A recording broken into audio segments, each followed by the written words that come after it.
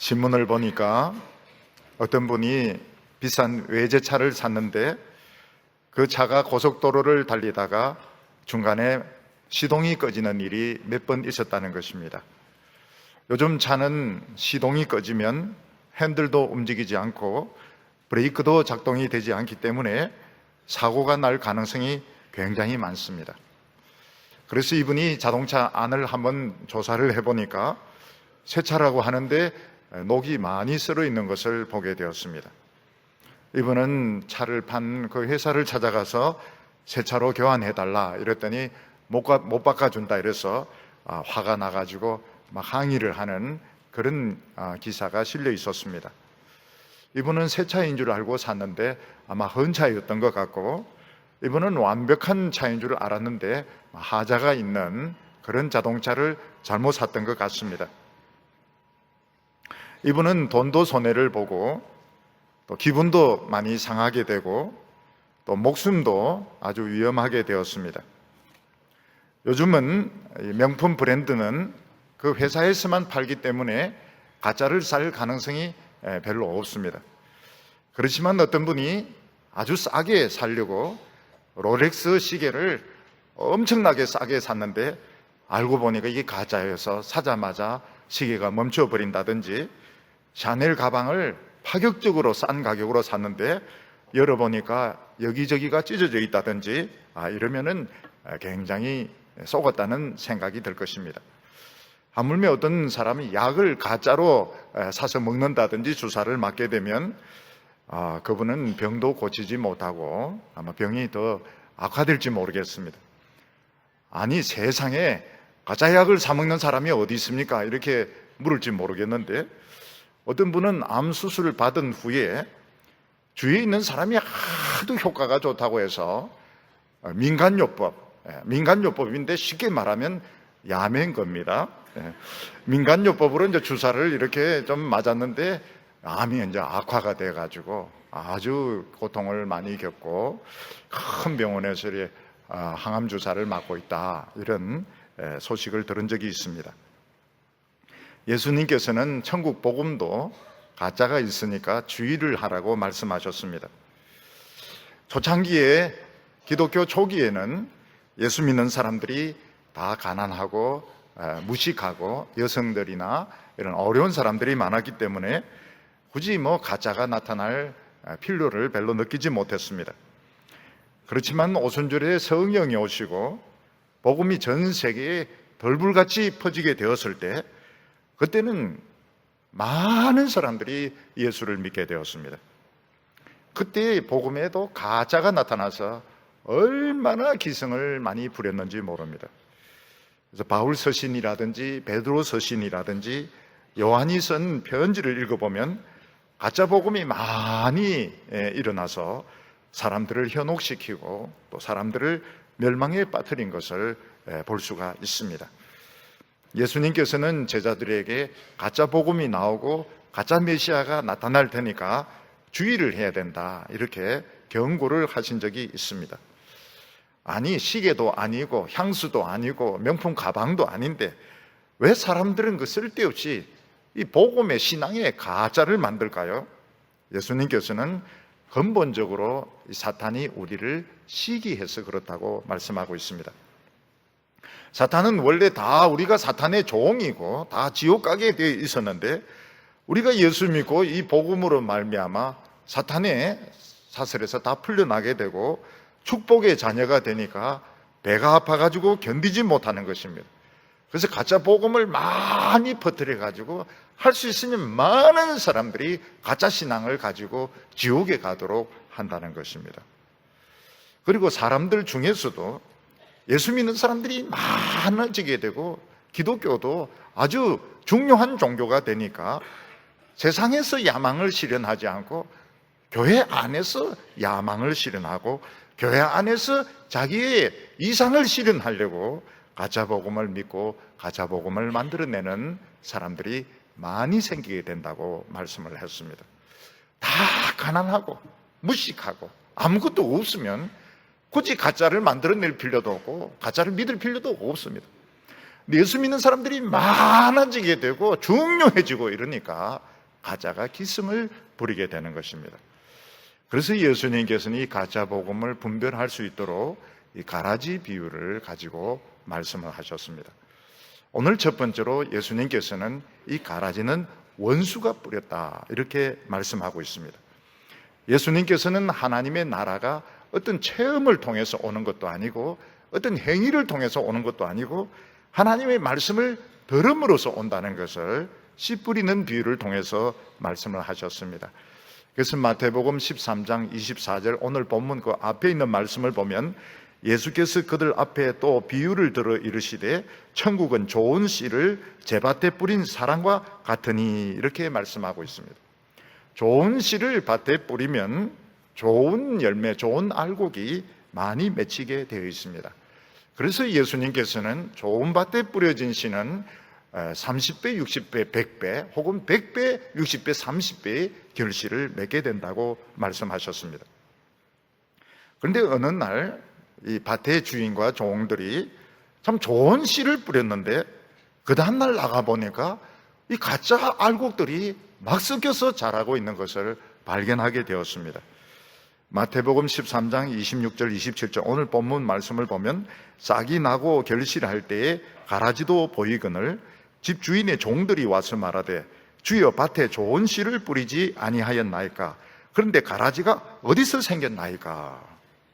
이 가라지라고 하는 것은 우리나라의 이 돌피와 비슷한 것입니다. 밀과 보리들 사이에서 섞여서 자라게 되는데 아주 자랄 때 보면은 그 이삭이 비슷하게 생겼고 오히려 밀이나 보리보다 더 빨리 자라는 식물이라고 말하고 있습니다. 그렇지만 이 가라지 안에는 독성이 있어가지고 이것을 많이 먹은 사람은 배가 아프고 또 설사를 하게 된다고 말을 하고 있습니다. 얼마 전에 가까운 이 논에 이렇게 가보니까 다른 논에 있는 벼들은 전부 누렇게 잘 익어서 고개를 숙이고 있었습니다. 그런데 한쪽에 있는 그 논은 주인이 관리를 잘 하지 않아서 온통 이 피가 돌피가 나서 온 논을 뒤덮고 있었습니다.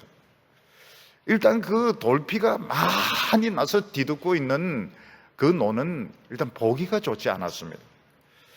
그리고 마음속에 무슨 생각이 드는가 하면 이 추수하기 전에 저 피들을 다 골라내야 될 텐데 주인이 어떻게 하려고 할까 이런 생각이 들었습니다. 그래서 제가 가까이 가서 그 이삭을 이렇게 살펴보니까 이미 이 잡초들을 이 돌피들이 양분을 다 빼앗아가 가지고 거기 있는 벼는 쭉정이가 많았습니다. 어차피 그 논에 있는 벼 농사는 망쳐진 상태에 있다 하는 것을 보게 되었습니다. 예수님께서는 밭에 좋은 씨를 뿌렸는데 가라지들이 잔뜩 올라와 있는 것을 보게 되었습니다. 종은 주인에게 묻습니다. 우리가 틀림없이 좋은 씨를 뿌렸는데 어디서 이렇게 가라지가 많이 생기게 되었습니까? 이렇게 물으니까 주인은 원수가 우리 농사를 망치려고, 다시 말해서 마귀가 하나님의 나라 일을 망치려고 시기심으로 뿌렸다고 대답을 했습니다. 여기서 원수라고 하는 것은 마귀를 말합니다. 마귀는 우리가 하나님의 말씀을 듣고 모든 죄의 쇠사슬을 끊어버리고 구원받는 것이 배가 아프고 시기심이 나서 견딜 수가 없습니다. 그래서 우리가 알지 못하는 사이에 이 거짓 복음, 가라지 복음을 잔뜩 뿌려가지고 우리의 이 신앙을 다 망쳐 놓으려고 하는 것입니다. 만약 주인이 이 가라지, 이 잡초들을 빨리 뽑지 않는다면 거기에 있는 모든 벼나 밀이나 보리는 품질이 떨어지게 될 것이고 상품 가치가 없어지게 될 것입니다. 그래서 종들이 주인에게 물었습니다. 주인이시여, 지금 우리가 당장 나가서 이 가라지들을 다 뽑아버릴까요? 그래야 이 알곡들이 양분을 쭉쭉 빨아들여서 좋은 알곡이 될 텐데요. 이러니까 주인의 대답이 참 놀라운 대답이었습니다. 주인은 뭐라고 말하는가 하면 가라지를 뽑지 말라 이러면서 추수 때까지 가만히 두어라고 말했습니다. 왜냐하면 가라지하고 알곡하고 비슷한 것이 굉장히 많기 때문에 가라지를 뽑으려고 하다가 알곡을 뽑을까봐 걱정이 된다 이러면서 그냥 내버려 두었다가 추수 때가 되었을 때 추수꾼들이 먼저 가면서, 그때는 가라지들이 쭉쭉 올라와가지고 이게 이미 구별이 되기 때문에 가라지들 다 뽑아가지고 불사르도록 단으로 묶어놓고, 그리고 나서 알곡을 싹 추수하면은 깨끗하게 추수가 된다고 주인이 대답했습니다. 여기서 예수님은 이 주인의 입을 빌어서 세 가지 놀라운 사실을 이야기하고 있습니다. 그 하나가, 첫 번째가 무엇인가 하면 이 가라지는 원수가 뿌렸다는 것입니다. 거짓 복음은 우리가 알지 못하는 가운데, 사람들이 깨닫지 못하는 가운데 마귀가 뿌린 거짓 복음인 것입니다. 이 거짓 복음을 받아들이면 어떻게 됩니까? 천국의 열매도 맺지 못할 뿐만 아니라 결국 그 복음을 받아들인 사람은 아무리 크게 쑥쑥 자란다 하더라도 지옥불에 던지게 되는 것을 예수님이 분명히 말씀하셨습니다.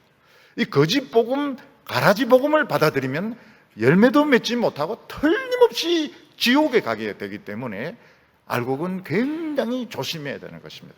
내가 말씀을 받아들일 때에 아무거나 믿고 아무거나 받아들인다고 해서 되는 것이 아니고, 가라지는 절대로 받아들이면 안 됩니다. 그거 받아들이면 쑥쑥 자란다 하더라도 틀림없이 열매 맺지 못하고 지옥 간다. 이걸 예수님이 분명히 말씀하셨습니다. 두 번째로 무엇인가 하면 이 주인은 가라지를 뽑는 것을 서두르지 않았다는 것입니다. 다른 주인 같으면 어떻게 합니까? 이 가라지들, 이 잡초들을 빨리 발견한 즉시 뽑아야지 알곡이 양분을 흡수해서 튼튼하게 자랄 수 있고 상품 가치가 높아지게 될 것입니다. 그런데 주인은 뭐라고 말했는가 하면 가라지들을 뽑지 말라, 추수 때까지 뽑지 말라고 말했습니다. 가라지들을 뽑아야 알곡이 더 튼튼한 알곡이 맺히게 될 텐데 주인은 가라지를 그냥 두어라고 말했습니다. 왜냐하면 지금은 가라지하고 알곡이 구별이 잘 되지 않기 때문에 가라지 같은 알곡이 많이 있다는 것입니다. 그래서 알곡은 알곡인데 가라지인 줄 알고 뽑아버리면 알곡이 많이 뽑힐 수 있기 때문에 지금은 건드리지 말라고 주인이 말을 했습니다. 우리는 이런 것을 너무 많이 볼 수 있습니다.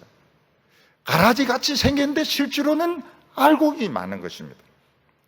사도 바울 같은 경우에도 예수님을 만나고 은혜 받고 변화되기 전에는 악질 가라지 중에 악질 가라지였습니다. 정말 사도 바울이 알곡이 될 줄은 자기도 몰랐고 아무도 몰랐습니다. 그러나 그가 예수님을 만나고 은혜 받고 180도 변해서 딴 사람 되었을 때 그는 천국의 열매를 가장 많이 맺는 알곡이었던 것입니다. 그래서 예수님께서는 가라지를 함부로 뽑지 말라고 말씀을 하셨습니다. 이것은 역사적으로 수도 없이 증명이 된 사실입니다. 철로 역정을 쓴 그 존 번연은 뭐라고 말했는가 하면 나는 정말 악한 가라지였다고 말하고 있습니다. 굉장히 반항적인 사람이었습니다. 그런데 그 부인이 시집 오면서 너무 가난해가지고 청교도 책 2권을 가지고 시집하는데 그것을 보고 이 사람이 변화가 되었던 것입니다. 나 같은 죄인 살리신 그 찬송을 쓴 존 뉴턴은 악질 가라지 중에 악질 가라지였습니다. 그런데 그가 은혜를 받고 회개했을 때 정말 최고의 열매를 맺는 그런 알곡으로 나타나게 되었던 것입니다. 예수님은 포도원 비유에서 밖에서 빈둥거리면서 놀고 있는 사람을 마지막 저녁 시간까지 포도원에 데리고 가서 일을 시킵니다. 그들이 밖에서 빈둥거려서 놀 때는 건달이었습니다. 깡패였습니다. 아주 못된 가라지였습니다.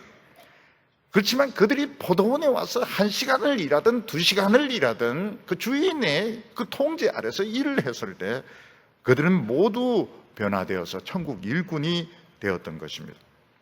그래서 여기서 주인이 뭐라고 말하고 있는가 하면 지금은 당장 가라지같이 보이고 지금 복음의 회방꾼같이 보이고 지금은 정말 쭉정이같이 보인다 할지라도 한번 헷가닥하면 알곡이 될 수 있다는 것입니다. 중요한 것은 헷가닥입니다. 헷가닥. 좋게 헷가닥하는 사람도 있고 나쁘게 헷가닥하는 사람도 있고 좋게 한번 해가다 하기만 하면 천하의 이 알곡이 될 수가 있기 때문에 주인은 지금 가라지같이 보이고 가라지 같은 짓을 한다고 해서 섣불리 뽑지 말라고 했습니다. 그리고 세 번째 사실은 뭔가 하면 이 주인은 마지막 추수 때까지 가라지와 알곡을 같이 자라게 했다는 사실입니다.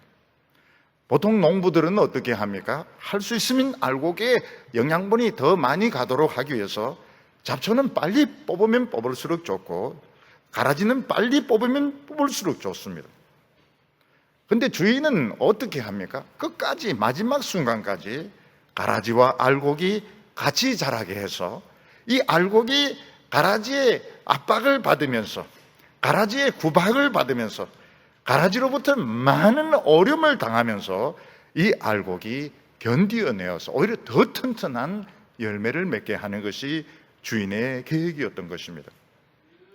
그래서 이 천국의 알곡은 주위에 잡초도 하나도 없고 가라지도 없는 가운데서 편안한 가운데서 열매를 맺는 것이 아니고 오히려 주위에 가라지들이 꽉 차 있는 가운데서 그 가라지와 경쟁해서 살아나면서 끝까지 인내하고 끝까지 참아내어서 더 좋은 열매를 맺어서 이 알곡이 되는 것입니다.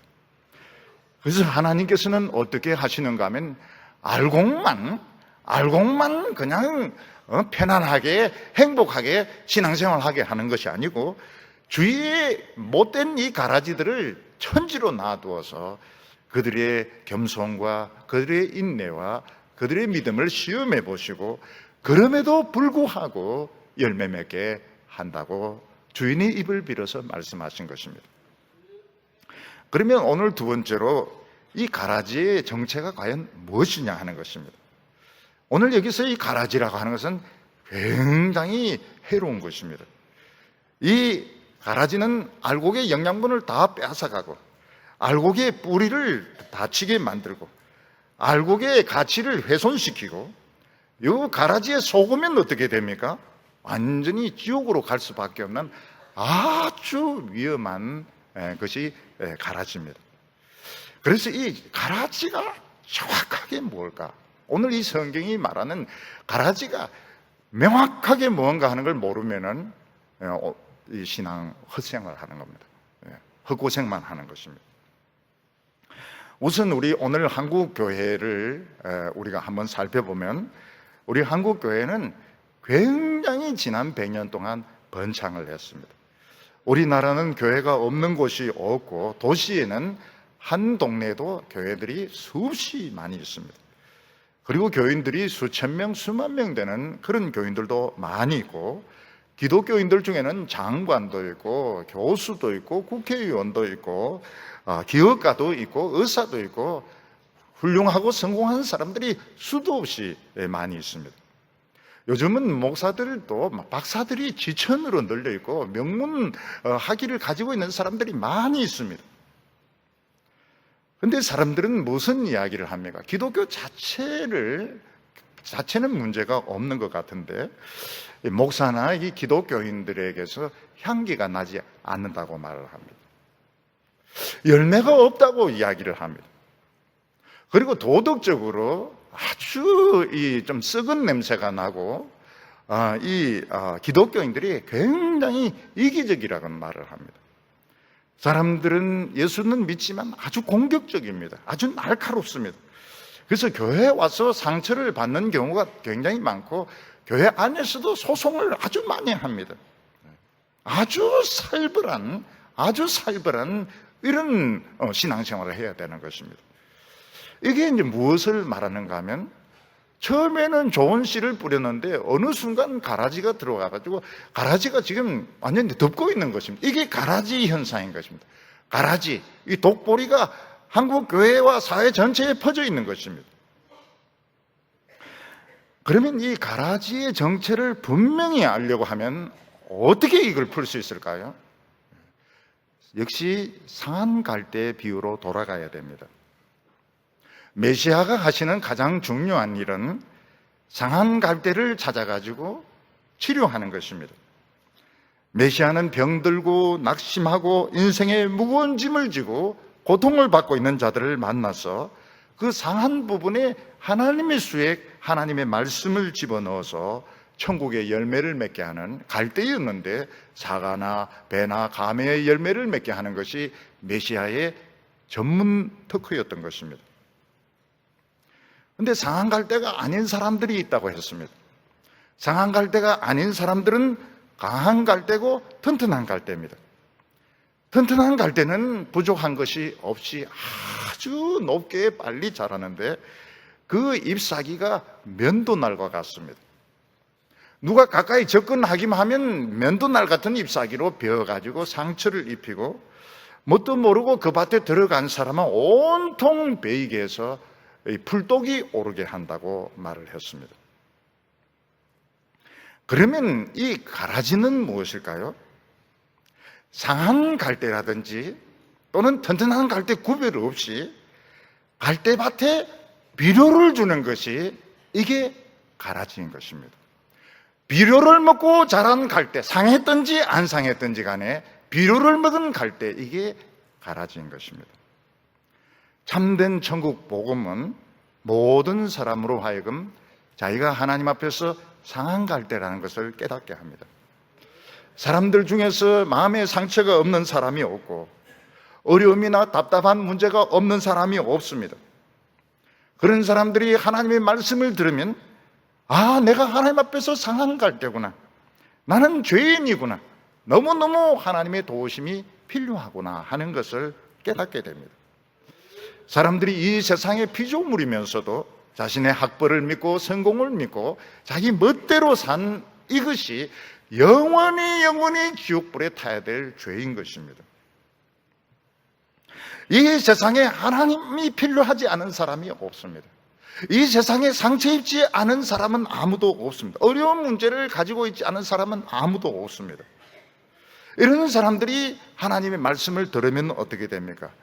그 순수한 하나님의 말씀에 이 사람이 이걸 받아들여 가지고 알곡으로 변하게 되고 열매를 맺게 됩니다. 그래서 이 사람이 세상에 성공을 했든지 안 했든지 간에, 공부를 많이 했든지 안 했든지, 높은 자리에 올라갔든지 안 올라갔든지 겸손합니다. 겸손하고 계속 하나님 말씀을 사모합니다. 이 사람은 상한 갈대고 열매 맺는 나무인 것입니다. 그런데 이 세상에는 상처 입은 갈대든지 아니든지 간에 비료를 주는 사람이 있습니다. 그럼 갈대는 비료를 안 줘도 빨리 자라는 것이 갈대입니다. 하물며 이 갈대밭에다가 비료를 뿌리면 어떻게 됩니까? 굉장히 빨리 자라고 굉장히 튼튼하게 자라고 굉장히 높이 자랍니다. 그런데 그 대신에 그 상한 부분에 하나님 말씀을 받아들일 기회가 없습니다. 그런데 문제는 이 비료가 하나님의 말씀하고 똑같다는 것입니다. 겉으로 보기에 하나님 말씀과 똑같습니다. 오히려 하나님의 말씀을 가지고 가르칩니다. 복음과 똑같고 오히려 복음보다 더 힘이 되고 복음보다 더 실용적이고 복음보다 더 나에게 도움이 되기 때문에 사람들은 이 비료를 굉장히 좋아하는 거예요. 쑥쑥쑥쑥 자라고 굉장히 넓게 퍼지게 됩니다. 오늘 사람들이 흔히 하는 말이 무엇입니까?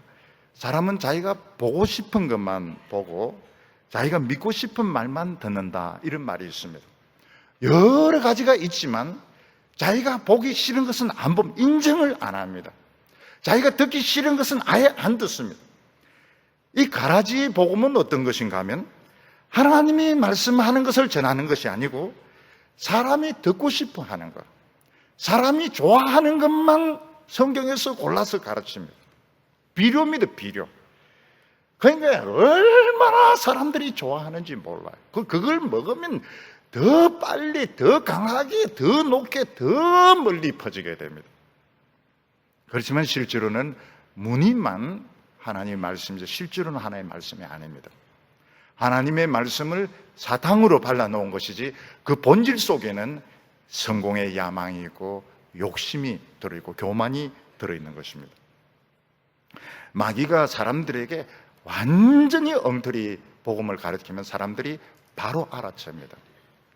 그래서 안 듣습니다. 이거 완전 엉터리다, 이건 말도 안 되는 소리가 안 듣습니다. 근데 너무 복음과 똑같기 때문에, 성경 가지고 가르치기 때문에, 그리고 복음보다 훨씬 실속이 있습니다. 훨씬 듣기가 좋아요. 귀에 그냥 바로 속속속속 들어가고 너무 사람의 기분을 업되게 만들기 때문에 이게 진짜 하나님의 복음이고 축복인 줄 아는 것입니다. 그래서 이런 비료를 먹고 자란 사람은 어떻게 됩니까? 진짜 복음을 들으면 오히려 나를 무시하는 것 같습니다. 나를 업신여기는 것 같아요. 나를 인정을 안 해줍니다. 내가 얼마나 고생해서 지금 이 자리에 왔는데, 내가 얼마나 고생을 해서 성공을 했는데 나를 감히 무시하고 나를 업신여겨.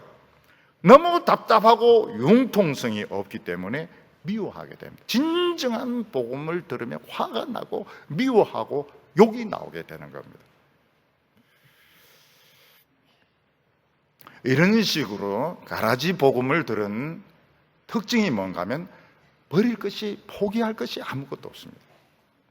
왜냐하면 세상 성공 그 자체를 바로 하나님의 축복이라고 생각하기 때문에 세상에 성공한 게 그냥 그대로 다 통합니다. 학벌도 통합니다. 성공도 통합니다. 모든 게 그냥 교회에서 다 통하기 때문에 포기해야 될 게 아무것도, 누릴 것밖에 없는 겁니다. 이렇게 비료를 먹은 갈대가 상한 갈대든지 튼튼한 갈대든지 전부 가라지 갈대가 되는 것입니다. 우리나라는 바로 어느 순간부터 이 비료를 먹은 갈대가 퍼지기 시작했습니다. 목회자들 사이에, 교인들 사이에, 교회도 마찬가지. 교회가 얼마나 화려하고 얼마나 멋지게 지어지고 그 교인들이 얼마나 성공한 사람들인지 모릅니다. 근데 느끼는 것이 굉장히 날카롭고 공격적이고 사람을 불편하게 하는 것을 볼 수가 있습니다. 그래서 사람들은 교회에서 상처를 받습니다. 목회자를 불신합니다. 그리고 더 세상을 좋아합니다. 왜냐하면 이게 비료를 먹어서 그런 겁니다. 우리는 이 가라지를 당장 뽑아야 된다. 기독교가 부패했기 때문에 당장 고쳐야 된다. 당장 뽑아야 된다. 이러지만은 예수님께서는 서두르지 말라고 말합니다. 예수님은 농사에 자신이 있기 때문에 그렇습니다. 예수님은 자신이 있습니다. 지금은 가라지와 알곡이 거의 구별이 안 됩니다. 너무너무 섞여 있고 비슷하기 때문에 구별이 안 됩니다. 근데 추수 때가 되면 어떻게 됩니까? 가라지는 더 높게 아주 삐죽하게 자라기 때문에 뽑기가 쉽습니다. 그때 뽑으면 되고 미리 뽑을 필요가 없다고 말씀하고 있습니다. 예수님께서는 지금 우리 눈에는 정말 가라지같이 보이고 악질 가라지처럼 보이지만 알곡이 많이 있기 때문에 지금은 뽑아서는 안 된다고 말씀. 지금은 막 반항을 하고 지금은 막 삐딱하고 이렇게 행동을 하지만 은혜 받으면 헷가닥하면 언제든지 알곡, 최고의 알곡이 될 수 있기 때문에 지금은 건드리지 말라고 말씀하고 있습니다. 그래서 우리 성도님들은 스스로에 대해서 자포자기하지 마시기 바랍니다. 우리도 헷가닥하면은 얼마든지 다 알곡이 될 수 있기 때문에 우리 부인들도 남편이나 애들 보면 넌 가라지야, 당장 뽑아버려야 돼, 이렇게 하지 말고 헷가닥해, 헷가닥하기만 하면 알곡이 될 수 있다는 것을 생각하시기 바랍니다. 근데 이 비료를 먹고 자란 이 갈대는 뭐 상한 갈대든지 튼튼한 갈대든지 열매 맺지 못하고 틀림없이 지옥에 가게 됩니다. 예수님이 분명히 확실하게 이야기했습니다. 40절부터 43절까지 보면 그런즉 가라지를 거두어 불에 사르는 것 같이 세상 끝에도 그러하리라. 인자가 그 천사를 보내어 그들이 그 나라에서 모든 넘어지게 하는 것과 또 불법을 행하는 자들을 거두어내어 풀무에 던져 놓으리니 거기서 울며 이를 갈게 되리라. 그때의 의인들은 자기 아버지 나라에서 해와 같이 빛나리라. 귀 있는 자는 들으라. 이렇게 말씀하셨습니다. 여기 보면 가라지의 특징이 무엇입니까? 추수 때가 되면 확실하게 구별됩니다. 너무너무 높아지게 됩니다. 너무너무 잘 자라기 때문에 알곡과 확실히 구별되기 때문에 넘어지게 하는 것, 다른 사람을 걸려 넘어지게 하고 실족시키고 자기 멋대로 행동했던 이 불법을 행하는 가라지를 다 거두어내어서 풀무에 던져서 영원히 불쏘시개로 사용할 거라고 말씀을 하셨습니다. 거기서 어떻습니까? 가라지는 이를 갈면서 있을 거라고 했습니다. 그래서 지옥에 갈 때도 확실한 것은 이빨은 가지고 간다는 걸 알아야 됩니다. 이빨을 가지고 가야 거기서 영원히 이를 갈게 되는 것입니다. 예수님께서는 뭐라고 말했습니까? 우리는 이 한국 교회가 가라지가 꽉 찼다. 절대로 가라지 뽑지 않습니다. 종교개혁 500주년이고 존 칼빈이고 마틴 루터고 떠들어대다 절대로 한국 교회는 깨끗해지지 않을 겁니다. 이게 마지막 순간까지 갑니다. 뭐 총회를 어떻게 하고 기독교를 어떻게 하고 절대 깨끗해지지 않습니다. 가라지는 끝까지 남아있을 것입니다. 거기서 알곡은 살아남아야 됩니다. 알곡은 살아남아야 되고 가라지의 등살 가운데서도 열매를 맺어야지 결국은 알곡으로 인정이 되게 되는 것입니다. 오늘 여기 세 번째로 보면 이 알곡이 가지고 있는 성장력에 대해서 말씀하고 있습니다. 우리가 생각하기에는 이미 가라지가 부러져 있고 잡초가 많이 자라고 있기 때문에 이 가라지가 땅에 양분을 다 흡수를 해가지고 알곡은 말라 죽을 것 같습니다. 농사를 해보신 분들은 아시지만은 이 잡초가 얼마나 양분을 많이 빨아들이는지 모릅니다. 그래서 잡초를 제거하지 않은 이런 논이나 밭에서는 알곡이 잘 맺히지 않습니다. 하물며 거기 이 갈대에 비료까지 주었으니까 얼마나 튼튼하게 자라고 얼마나 양분을 다 빨아들이겠습니까? 그래서 알곡은 다 죽을 것 같습니다. 세상 이치로 보면 알곡은 다 죽을 것, 이 가라지에 밀려가지고 이 튼튼한 갈대에 밀려서 알곡은 다 죽을 것 같습니다. 그러나 하나님의 밭은 이상한 것이 있습니다. 그게 무엇인가 하면 이 하나님의 알곡들은 주위에 있는 이 가라지들, 잡초들이 양분을 다 뺏어가니까 살아남기 위해서 뿌리를 더 깊이 땅속으로 파고 들어가게 됩니다. 그래서 나중에는 어떻게 되는가 하면 가라지가 따라올 수 없는 곳까지 뿌리가 내려가서 거기서부터 양분을 끌어올리기 시작합니다. 그래서 어떻게 됩니까?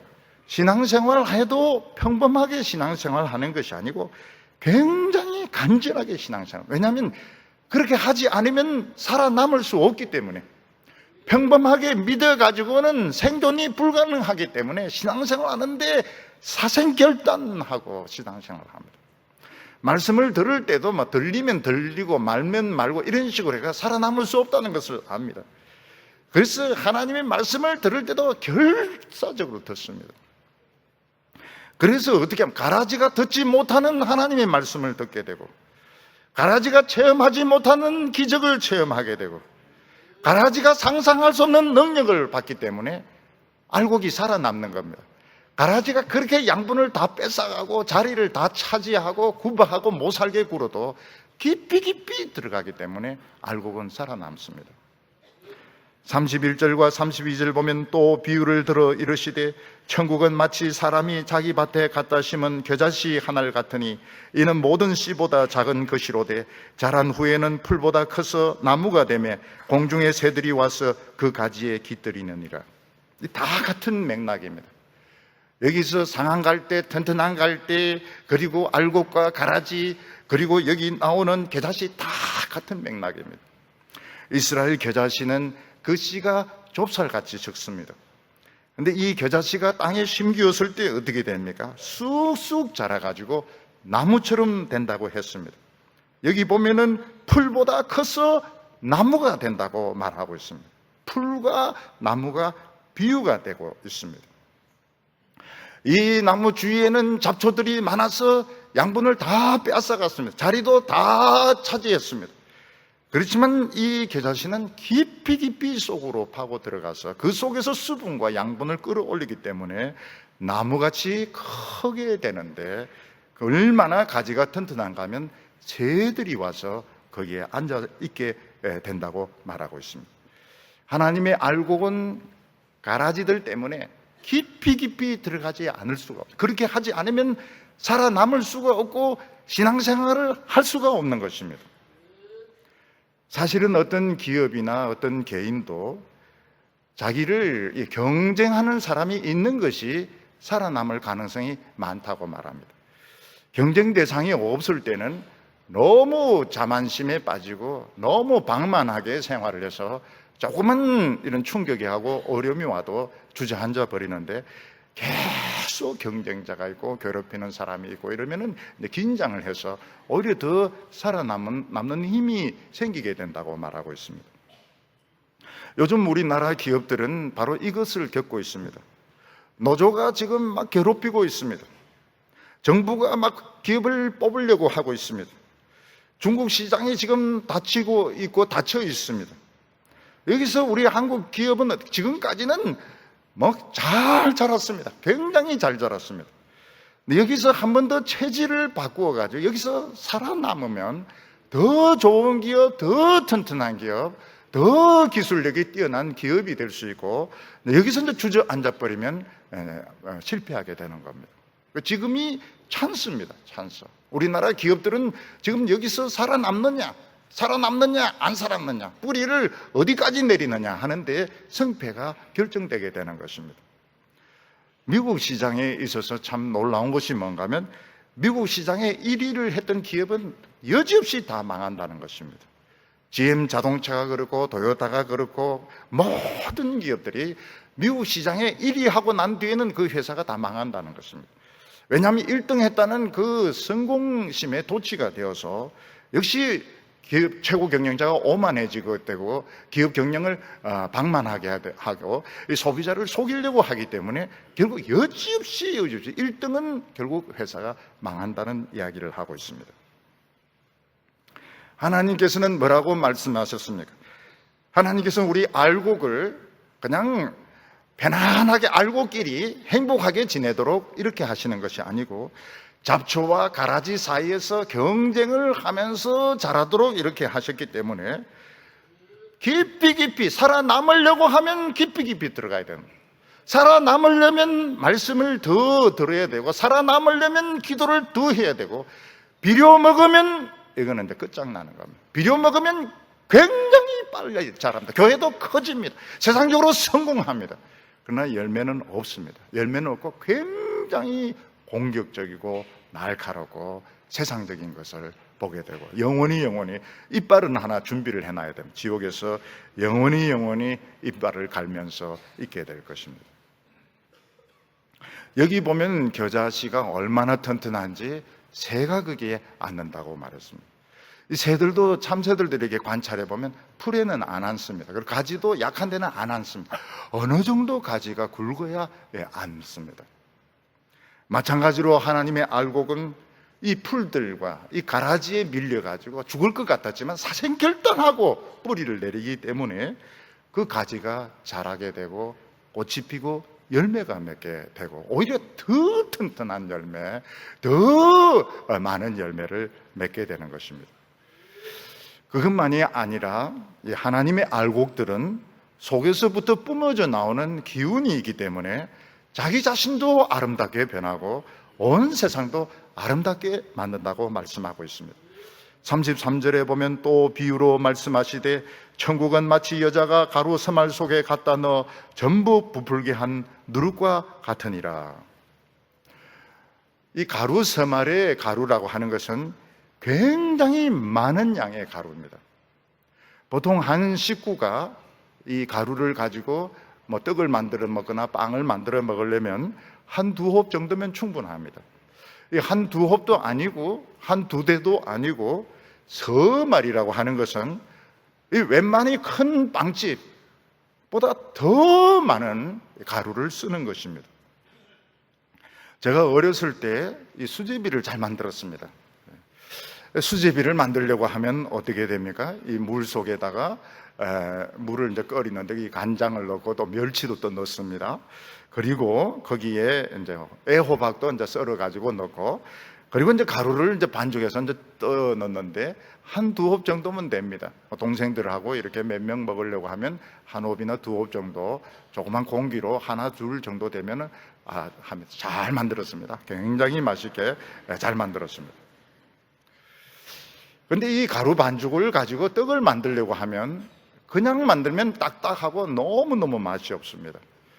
그래서 이 떡을 만드는 전문가들은 반죽을 하고 난 뒤에 거기에 이제 누룩을 넣어가지고 뜨뜻한 이런 아랫목에 이불을 덮고 둡니다. 그러면은 밤새 이게 부풀 올라가지고 아주 쫄깃쫄깃하고 아주 탄력이 있는 이런 이제 반죽이 되는데, 이걸 가지고 떡을 만들고 이걸 가지고 빵을 만들면 정말 부드럽고 맛있는 그런 떡이 되고 빵이 되는 것입니다. 제가 대구에 와서 참 인상 깊었던 것이 뭔가 하면 교인들이 그 술떡을 그렇게 좋아한다는 것입니다. 우리 교회 무슨 행사 있으면 막 술떡을 나눠줍니다. 그 냄새를 맡아보면 곰곰하게 막걸리 냄새가 나요. 근데 그 대구 분들이 그걸 술떡을 굉장히, 뭐 이름도 또 딴 이름이 있습니다. 술떡이라 안 하고 무슨 또 딴 이름이 있는데 그걸 굉장히 잘 드시더라고요. 근데 언제부턴가 그거 끊었어요. 예. 은혜를 받아서 그런지 요즘은 그 떡을 잘 안 먹습니다. 근데 저기 오니까 그 술떡을 그렇게 곰곰한 냄새 나는, 막걸리 냄새 나는 그 떡을 굉장히 잘 드시더라고요. 무슨 말인가 하면 그 밀가루 자체를 가지고 떡을 만들고 빵을 만들면 딱딱하고 굳어가지고 잘 먹을 수가 없습니다. 이빨이 다칠 수도 있습니다. 이걸 이제 부풀게 하면은 굉장히 탄력 있고 참 쫄깃쫄깃한 이런 그 반죽이 되는데, 이걸 가지고 떡을 만들고 빵을 만들면 참 맛있습니다. 근데 가루 3마를 부풀면 어떻게 되나, 방 전체를 가득 채우게 되는 거예요. 가루 3마는 온 방을 가득 채우고 남습니다. 어떤 분은 은혜 받기 전에 정말 딱딱하고 경직된 삶을 살아왔습니다. 그는 재미라고는 전혀 없는 사람입니다. 그리고 주위에 있는 사람들을 전부 힘들게 했습니다. 그런데 어느 날 마음속에 하나님의 은혜가 임하면서 이 사람이 변하게 되었습니다. 그 딱딱하고 경직되었던 마음이 말랑말랑해지게 되었습니다. 이 사람이 웃게 되고 또 다른 사람에게 친절하게 되었습니다. 그 사람은 뭐라고 말하는가 하면 자기는 따끈따끈한 막 쪄낸 찐빵이 되었다, 이렇게 말했습니다. 그럼 찐빵은 말랑말랑하고 누가 보든지 간에 막 뜯어먹고 싶은 그런 빵이 이제 찐빵, 막 쪄낸 찐빵, 김이 나고 말랑말랑한 그런 찐빵이 되었다고 말씀을 하고 있습니다. 근데 사실은 이 따뜻하고 말랑말랑한 찐빵이 사도 바울 자신이었습니다. 사도 바울은 예수님을 만나기 전에는 굉장히 딱딱한 사람이었습니다. 그는 사나웠고 살기 등등했고 그는 사랑이나 유머 감각이 없는 사람이었습니다. 사도 바울은 예수님 만나기 전에는 결혼도 하지 않은 것 같습니다. 누가 결혼을 하겠습니까? 여자들도 눈이 있지. 지가 한번 머리는 좀 좋은지 모르겠지만 저렇게 유머 감각도 없고 사랑의 느낌도 없고 그냥 목적지향적인 저 살기 등등한 인간과 누가 결혼하겠습니까? 그러나 사도 바울은 예수님을 만나고 변했습니다. 아주 따끈따끈한 부드러운 사람으로, 사랑이 있고 유머가 있고 친절한 사람으로 변하게 되었습니다. 사도 바울은 공격하지 않았습니다. 어느 누구에게도 상처를 주지 않았습니다. 사도 바울은 자기 자신만 따끈따끈해진 것이 아니고 온 세상을 부풀게 만들었습니다. 사도 바울이 가는 곳곳마다 부풀었습니다. 부흥이 일어나고 사람들이 웃기 시작했고 행복하기 시작했던 거예요. 왜냐하면 이 가루서마를 부풀게 만들었기 때문입니다. 오늘 우리가 살고 있는 이 세상은 딱딱한 정도만 아닙니다. 마치 미친 독 들어간 찐빵같이 그냥 사람들을 지금 노리고 있습니다. 그래서 걸려들기만 하면 누구든지 구별하지 않고 인민재판식으로 몰아붙여가지고 그 삶 전체를 망치게 만듭니다. 이게 가라지의 정체입니다. 오늘 우리 사회는 그렇습니다. 노리고 있습니다. 노리고 있다가 내 마음에 안 들고 걸려들기만 하면 그대로 공격을 해가 인생 자체를 망치게 자살하게 만듭니다. 정신병 들게 만듭니다. 감옥에 집어넣는 세상. 지금 우리 사회 전체가 가라지 세상입니다. 이 가라지를 이길 수 있는 것이 무언가 하면 찐빵입니다. 찐빵. 따끈따끈한 찐빵입니다. 하나님의 백성들 복음을 들은 사람들은 안에서부터 하나님의 기운이 뻗쳐나오기 때문에 자기 자신도 아주 말랑말랑합니다. 공격적이지가 않아요. 부드러워요. 유머 감각이 있습니다. 사람이 늘 웃습니다. 그리고 그 사람을 만나는 사람들마다 다 행복하도록, 다 따끈따끈하도록 만들어내는 능력이 복음에게 있는 것입니다. 오늘 우리는 생각을 해야 됩니다. 왜 그래 살벌한 세상이 되었는가? 왜 교회가 그렇게 무서운 곳이 되었는가? 교회 올 때 가서 따끈따끈한 찐빵 먹어야 되겠다 이렇게 하고 가야지. 오늘 어떤 놈이 날 잡아먹을지 모르겠다, 그런 경직된 마음으로 온다면 참 불행한 것입니다. 왜 이렇게 됐습니까? 성공했는데, 잘났는데, 돈 많이 벌었는데 왜 그래 살벌한 세상이 되고 살벌한 교회가 되었습니까? 가라지를 먹은 겁니다. 비료를 잔뜩 먹어. 이게 하나님의 축복이고 성공이라고 생각한 것입니다. 결국 그렇게 나가면 다 죽습니다. 전부 다 망하게 될 것입니다. 인정사정 없이 지옥불에 집은 틀림없습니다. 이거는 주인이 말했고 예수님이 말했기 때문에 열매도 없고 이건 영원히 지옥에서 이를 갈게 될 것입니다. 오늘 우리들은 다 변할 수 있습니다. 자기 자존심 버리고 야망 버리고 욕심 버리면 다 상한 갈대가 되어서 하나님의 축복으로 변화될 수 있습니다. 오늘 사랑하는 성도 여러분, 의인은 어떻게 된다고? 아버지 집에서 태양과 같이 빛날 거라고 말했습니다. 가라지 복음에 속지 마시기 바랍니다. 비료 먹고 성공한 것을 축복이라고 생각하지 마시기 바랍니다.